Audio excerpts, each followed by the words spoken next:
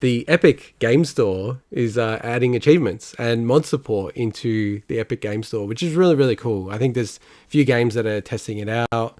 MechWarrior 5 is going to have mod support as the first game that's going to have mod support.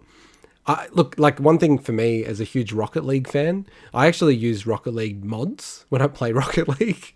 That's how into it I am. And there's like trainer packs and all this kind of cool stuff that you can do.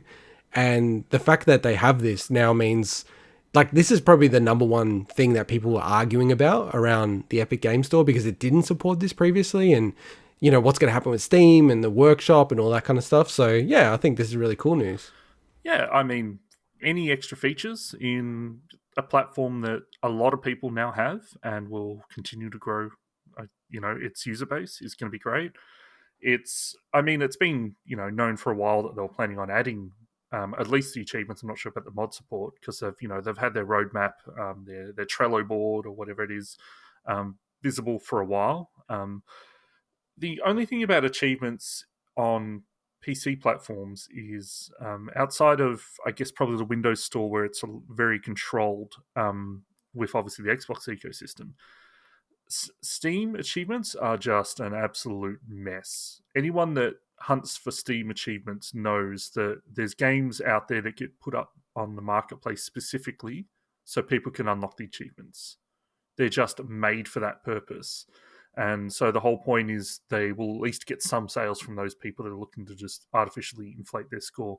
And you've seen that Yeah. happening in the Xbox One ecosystem as well. There's a lot of cheap games coming out that are super easy. You can complete all 1,000 achievements within 1 hour or so. And Whoa, really? yeah, there's hundreds of those games now. So what used to be something that had, when I say had a bit of merit to it, like you could like compare it to something. Okay, oh, that person's got 2,000, that person's got 5,000.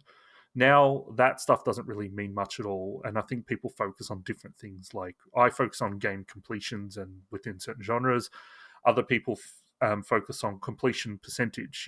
How many of the games have I actually completed all the achievements for? So I think it just and that's my worry to go back to the whole PC space. So Steam achievements is that I think it's great, but I just hope they control it way better than Steam has.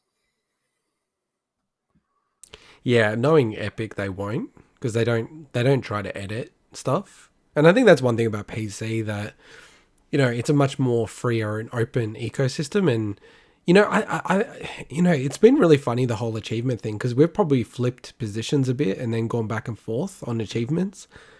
Look, ultimately, I think achievements it's a nice to have if you can add it in and make it optional. So I really like the features where you can turn off the notifications and all that kind of stuff.